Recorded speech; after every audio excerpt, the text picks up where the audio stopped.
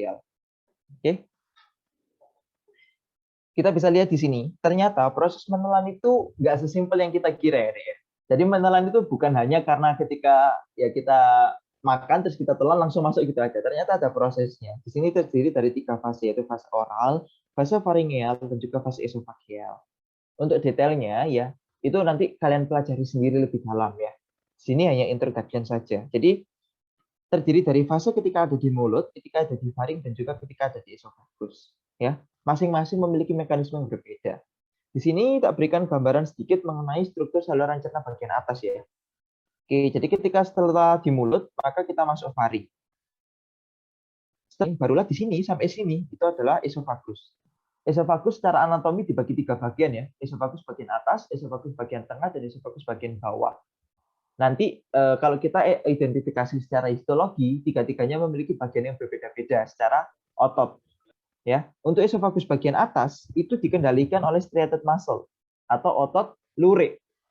Jadinya pada esofagus atas dan faring ini proses yang kita lakukan adalah secara volunter atau secara sadar karena ototnya adalah otot lurik, ya kan? Ingat-ingat pelajaran SMA, otot lurik itu bisa kita kendalikan, ya kan?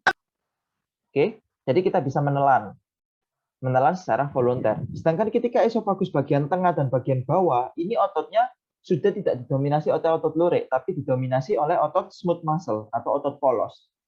Karena dia otot polos, maka kita tidak bisa mengendalikan aktivitas yang ada di dalamnya. Oke, jadi esofagus terdiri dari atas, tengah, dan bawah. Bagian atas ada sphincter atau ada istilahnya ada pintunya ya, disebut upper esophageal sphincter, dan ini adalah lower esophageal sphincter yang sudah sebutkan di soal sebelumnya ya. Ternyata masalahnya adalah di lower esophageal sphincter. Kita bisa memahami di sini, pada normalnya lower esophageal sphincter itu selalu tertutup. Tapi ada kalanya ketika makanan sudah mencapai pada dekat teritorinya dia, maka dia akan membuka sehingga makanan bisa masuk ke lambung. Ya. Oke. Nah, akan menjadi suatu masalah apabila sphincter itu ketika ada makanan dia tetap nggak membuka. Nah, itu ada masalah. Ya. Nah, ini adalah prosesnya ya. Jadi ini adalah prosesnya. Kita bisa lihat di sini makanan yang sudah menjadi bentuk bolus yang sudah dari mulut itu akan dicerna ya, bukan dicerna sih, akan lewat esofagus untuk menuju ke gaster. Ini adalah disebut gerakan peristaltik. Gimana gerakan peristaltik itu adalah gerakan seperti mendorong ya. Jadi bolus ini didorong agar sampai ke bawah. Nah, kita bisa lihat ya di sini. Gerakan mendorong ini adalah gerakan yang diperankan oleh muskulus dari yang bentuknya longitudinal. Sedangkan gerakan buka tutup yang dilakukan oleh sphincter ini adalah gerakan yang dilakukan oleh muskulus yang sifatnya sirkular. Ya kan? Kita nyambung lagi sama yang atas, ya kan? Di sini yang sirkular, di sini yang longitudinal. Oke? Nah, kita bisa lihat di sini ini adalah suatu apa ya? Kita bisa lihat di sini adalah suatu gambaran bagaimana proses mencerna ya. Gimana suatu proses mencerna ini? Kita bisa lihat di sini. Ini adalah normalnya ya, awalnya ketika belum terjadi proses menelan.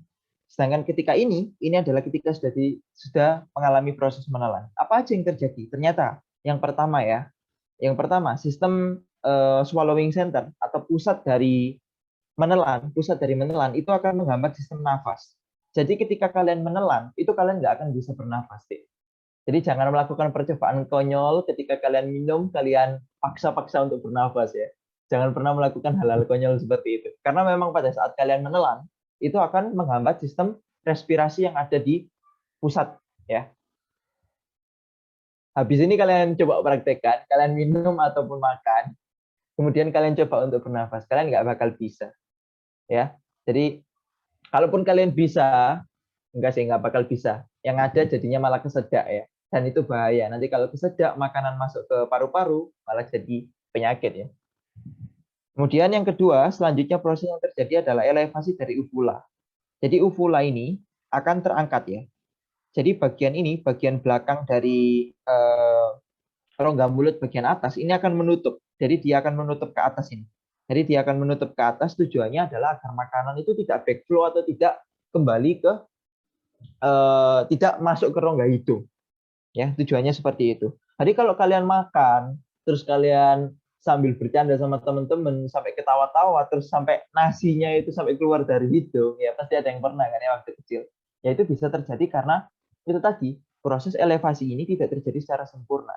Ya, seharusnya makanan itu tidak akan bisa masuk ke rongga nasal karena sudah tertutup pada saat kita menelan.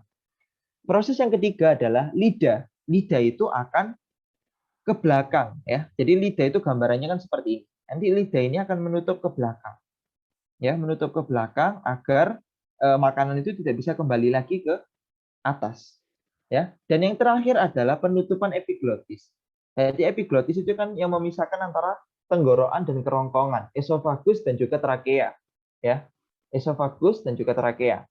Ketika kita makan, maka bagian dari trakea, ya, bagian saluran nafas itu akan tertutup sehingga makanan akan masuk ke sini. Jadi gambaran epiglotis kalau kita sedang makan itu akan tertutup seperti ini, ya. Jadi dia tertutup sehingga makanan tidak akan bisa ke saluran nafas. Kecuali kalian makan sambil bercanda sehingga kalian nggak bisa mengatur antara makan dan nafas. Nah, itu nanti bisa jadi permasalahan. Oke? Jadi itu adalah sistem yang terjadi pada regio oral sampai regio esofagus ya. Oke. Nah, ini adalah jawaban dari kasus 1 tadi ya. Jadi ini adalah jawaban dari kasus 1 ya. Apa jawabannya dari kasus 1 tadi? Jadi jawaban kasus 1 ternyata jawabannya adalah false ya. Jadi apa yang diutarakan oleh dokternya tadi ternyata jawabannya adalah salah. Kenapa salah? Oke, di sini akan kita bahas sedikit ya. Jadi ternyata kasus yang tadi itu adalah secara istilah medis disebut sebagai kasus akalasia. Kasus akalasia itu adalah kasus apa? Kasus akalasia adalah terjadinya gangguan pada lower esophageal sphincter ya, yang dimiliki oleh esofagus. Kalian bisa lihat di sini. Ini adalah esofagus yang normal. Dia memiliki celah untuk membuka sehingga makanan itu bisa masuk. Iya kan? Makanan bisa masuk. Kemudian pada pasien ini atau pada bayi ini itu esofagusnya itu nggak bisa membuka deh, ya. Jadi lower esophageal sphincter doesn't relax. Jadi dia nggak bisa relax, nggak bisa relaksasi. Sehingga ketika makanan atau ASI yang diminum itu masuk, ya dia tertumpuk di sini terus menerus. Lama kelamaan ini bisa membesar atau disebut sebagai mega esophagus. Ya, seharusnya makanan itu akan ditransfer ke lambung, ya kan? Makanan harusnya ditransfer ke lambung. Tapi kenapa kok nggak bisa? Ya ini tadi karena dia nggak bisa relaksasi. Nah, apa sih yang menyebabkan dia nggak bisa relaksasi? Ternyata dia itu ada gangguan pada plexus ini ya. Kalau misalkan kita tinjau, dia itu jaringan saraf plexus myentericus pada 2/3 bagian bawah esofagus itu mengalami kerusakan. Ya kan? Sedangkan pada pertanyaan tadi, ya pada pertanyaan tadi plexus yang saya sebutin adalah plexus Meissner. Ya, plexus Meissner itu adalah plexus submucosa, sedangkan plexus myentericus adalah plexus aorba. Ya, jadi yang membuat salah adalah pertanyaan plexus myentericus. Ya, jadi itu adalah apa namanya? Ini ya penjelasannya. Oke, sampai sini ada yang mau ditanyakan atau ada yang kurang jelas?